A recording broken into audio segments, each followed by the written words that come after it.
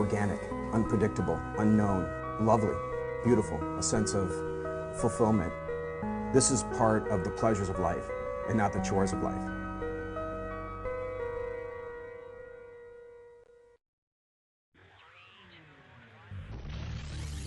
Coming up on Daily Iowan TV, chaos on the coast. See how Hurricane Sandy is sweeping the Atlantic shores. And change of plans. We'll tell you how the 2012 presidential campaigns are weathering the storm. And in sports, find out the deeper meaning behind the Iowa-Wisconsin soccer game from over the weekend. That's coming your way next. Daily Iowan TV starts now. I'm Tom Brokaw. For more than 100 years now, the University of Iowa community has been waking up to the Daily Iowan. Today, it's the largest newsroom in eastern Iowa. And now you can see the news every night on Daily Iowan TV and get it anytime worldwide at dailyiowan.com.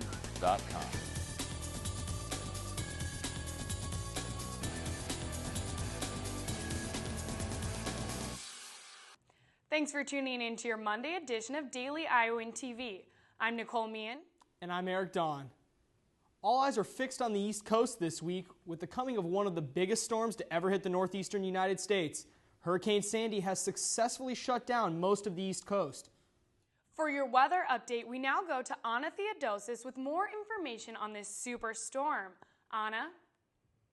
Thanks, guys. As you can see, there's no mistaking how big this storm actually is. Major cities like New York and Boston were severely hit by the storm, but New Jersey took the worst. The storm hit the coast between 6:30 and 7 Eastern Time. More than 1 million people are without power, and that number is expected to go up. Experts are saying it could take up to a week to get the power fully up and running again. New York has reported that floodwaters as high as 11 feet measured in subway tunnels. Winds have already reached 113 miles per hour in some areas. I'll be back with your local forecast a little bit later. Back to you guys at the desk. Thanks, Anna. And with this superstorm on its way, both presidential candidates have suspended their campaigns to focus on the storm. Governor Mitt Romney is canceling appearances after his stop in Davenport, Iowa on Monday afternoon. He does not plan to continue until after Tuesday. President Obama has also canceled his rally in Orlando on Monday.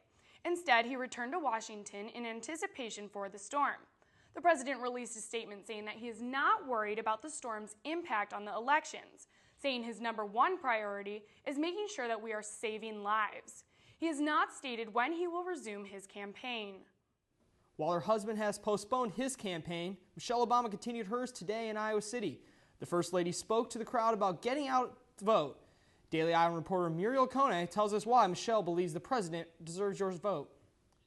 The Sheraton Hotel had a visit from First Lady Michelle Obama today. Many came as far as Marshalltown to hear what Mrs. Obama had to say. But it's no surprise that the main topic on this First Lady's agenda is early voting. We got 8 days. And exactly 8 more days left. The First Lady wanted to remind the crowd of some of the progress that the president has made these past 4 years. He fought hard to protect jobs for American families, and that's why today the American auto industry is back on its feet again. When it comes to understanding the lives of women, when it comes to standing up for our rights and opportunities, you know that Barack will always have your back, always. And although Barack Obama may have the back of these very supporters, Michelle Obama made it clear that it can only happen if they have his back come election. After all, every single vote counts. It all comes down to 87 people. Even though President Obama is leading Governor Romney in early voting in key battleground states such as Iowa, the First Lady realizes they still have a long way to go. And yes, while we still have more work to do to completely rebuild our economy, there are more and more signs every day that we are headed in the right direction. And some told me why this election is so important to them. The most important thing is this: President Obama needs 4 more years to finish what he's tried to do. And the most thing that really hits home to us is Medicare. It has been a wonderful change. It has helped us so much, and that's very important. Well, just as a student, I feel it's important to get the younger vote out there, too, because this is our future that we were talking about. So I always think it's important to come to these types of things, and she did an amazing job. Reporting from Iowa City, this is Muriel Kone, Daily Iowan TV. Michelle Obama was not alone in Iowa today. Governor Romney was also in Davenport Monday afternoon, rallying voters for the home stretch. Still to come on Daily Iowan TV, Driving Distracted will show one group's innovative way of testing attention on the road. And in sports, Whip Around is back, meaning we have everything Hawkeye sports coming up in just a few minutes. But first, let's go back to Anna Theodosis for a look at the local weather. Thanks, guys. Believe it or not, Eric, the hurricane is affecting us. Due to a storm system to the west of Iowa being held off by the hurricane, we will have clear and sunny days ahead. Today was sunny with virtually no breeze, adding to the cool temps. Tuesday, we will see more of that with your temps starting off in the mid-30s, working their way up to 53 degrees by midday. By Tuesday night, temps will dip back down to 29 degrees. Taking a look at the rest of the week, temps will stay pretty consistent, ranging from 50 to 54 degrees due to Sandy out east. Sunday and Monday will bring 49 degrees and rain with that storm system catching up to us. That's all for your weather update. Back to you guys at the desk. The National Advancement Driving Simulator at the UI just received a grant to start a new research project on distracted driving.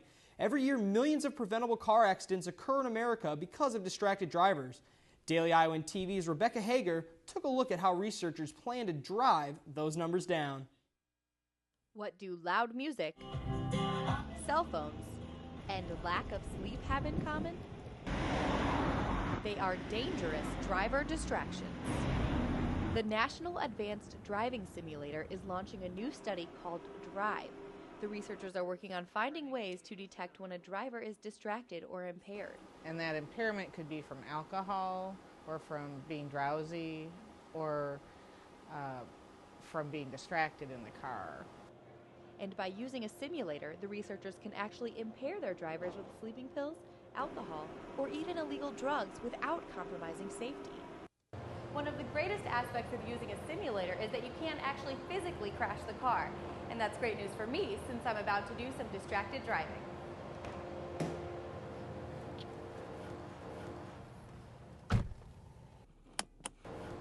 While I was in the car, and here we go. Someone back in the control room was monitoring my every move. Begin task now. And I definitely fit the description of a distracted driver. So when someone is distracted, then their eyes will probably leave the road for a few seconds. You're going awfully fast. And they're probably going to drift eventually to the side of the road. They're not going to react to things in their environment. Behaviors like these are then recorded and analyzed in the control room. By performing simulations, researchers hope that they can pave the way for future technology in automobiles. Rebecca Hager, Daily Iowan TV. If you are interested in being a research participant, you can visit the website listed below in order to sign up. And now it's time to take another look outside of Iowa. The largest Syrian air raid took place over the weekend around capital city of Damascus. Officials believe that at least 500 people were killed during the 4-day raid. Activists in the area believe there was a total of 60 strikes around the city. Multiple car bombs added to the destruction. A Greek publisher appeared in court today after listing more than 2,000 residents who own a Swiss bank account. Kostas Vaxivanis published the article in his magazine Hot Doc as a way to expose tax evasion in the country. Vaxivanis obtained the information from data that was reportedly stolen in 2010. The people of San Francisco took to the streets last night as the San Francisco Giants won the World Series. Residents left their homes to celebrate the team's win. Officials reported several bonfires fueled by furniture and trash, as well as a few instances of violence. The Giants swept the Detroit Tigers in 4 games to win their second World Series in 3 years. And on the topic of sports, let's go to Alyssa Bergamini for a look at our local Hawkeyes. Hello and welcome back to the Daily Iowan TV Sports Studio. A lot to cover on Whip Around today, so we'll start right here in the studio before we head out to the reporters in the field. Marique Schrill continued his impressive cross-country season, finishing second at the Big Ten Championship over the weekend. Both the men's and women's team finished in 10th place overall. More positive news for the UI swim team, who found out over the weekend that they will begin their season ranked in the top 20 of the College Swim Coaches Association of America preseason poll. And finally, how about the Iowa rowing team, who concluded their fall season by hosting the annual Head of the Iowa on the Iowa River, with the team's 3 boats finishing 3rd, 8th, and 11th. Now, as promised, we head out to the field where Daily Iowan TV Sports' Annie Constable kicks off our coverage. Annie? The Hawkeye volleyball team fell to 2-10 in Big Ten play after losing 3 straight sets to 20th-ranked Ohio State on Saturday. Junior Rachel Bedell led the Hawks with 13 kills. Bedell has recorded double-digit kills in 7 of the last 8 matches. The Hawks head to Michigan this weekend to take on the Spartans on Friday and the Wolverines on Saturday. Now let's kick it to Kate Constable over at the UI Soccer Complex to give us an update on the soccer standings. Kate? Thanks, Annie. I'm here at the UI Soccer Complex, and after a difficult start to the second half of the season, the Iowa soccer team is finally able to relax. Well, for a few days, that is. After a 2-1 victory over Wisconsin over the weekend, the team has advanced to the Big Ten tournament as the 8th seed. They'll take on top-seeded Penn State in the first round on Wednesday. The Nittany Lions had beat Iowa 2-1 just a couple weeks ago, and so it looks as if Coach Rainey and his team will have their hands full. That's your Monday edition of the Whip Around. I'm Kate Constable, Daily Iowan TV Sports. Kate mentioned that the UI soccer team picked up a huge win against Wisconsin this Sunday. Daily Iowan TV Sports' Iowan Simic explains while this victory may have a deeper meaning than just another win. Soccer is an important part of Ron Rainey's life. He's the head coach of the Iowa women's team and a former captain and MVP for Wilkes University. His wife, Margaret, played collegiate soccer at the University of Wisconsin and earned her master's degree at Iowa. With both of them having ties to Iowa, where does the allegiance lie in the Rainey household? Iowa or Wisconsin? Her last degree was from Iowa, so she's a Hawkeye. But there's and the alliance is, the allegiance is to Iowa. One of the biggest influences in Margaret's allegiance has been the people she has met while living in Iowa City. I would, cheer for the Badgers if they're in a bowl or whatever. Now that we've been here a while and we've met some really great people that are coaching football and coaching basketball and coaching the other sports, totally on board with everything Hawkeye. That allegiance was tested when Wisconsin came to Iowa City Saturday afternoon. Facing the conclusion of their season with a draw or loss, the Hawkeyes had to pull off a win against the Badgers to continue into the postseason. The Hawkeyes and Badgers played a strong first half with both teams vying for a goal, but it was the Hawkeyes who scored first just 2 minutes before halftime. Dana Dalrymple got Iowa on board when she netted from inside the box. Then just 2 minutes after the second half began, Chloe Lacasse rippled the back of the net from 15 yards out after dribbling past a Badger defender. Iowa was able to hold Wisconsin scoreless until the 71st minute when Paige Adams got a shot from the left side of the box and the ball went into the top right corner. But the Hawkeyes had to keep fighting if they wanted to make it to the Big Ten tournament, and they did just that. After 20 minutes of strong play, the Hawkeyes were able to seal the thrilling victory, and Margaret was rooting for the team. It's like, yes, I want Iowa to win. I have no connection anymore to any of these players on Wisconsin's team. Now, the Rainey family has a lot of Big Ten connections. Margaret's brother-in-law, Dean Durst, was a former women's soccer head coach at Wisconsin and is currently the associate head coach at Michigan.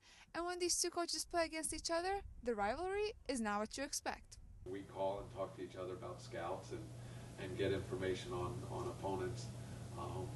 And that there's a little family get-together when we're out there when we play Michigan. With Iowa playing against the 4th-ranked Penn State in the first round of the tournament, the Rainey family will cheer the Hawkeyes on for a strong postseason. Iowan Simic, Daily Iowan TV Sports. One sport that will be getting a whole lot more attention over the rest of the week will be the UI field hockey team, hosting the Big Ten tournament at Grant Field over the weekend. Be sure to check out updates throughout the weekend and catch our own field hockey beat reporter here on set Wednesday to kick off our coverage. Well, that's all I have for you guys today in sports. Back to you guys at the desk. And only with Daily Iowan TV can you get a sneak peek at tomorrow's edition of the Daily Iowan. Read about how the UI Human Rights Center is fighting for funds. See what's at stake with the fight to stay alive. And continuing our 5-part election series, read about what could be the deciding factor for the Latino vote.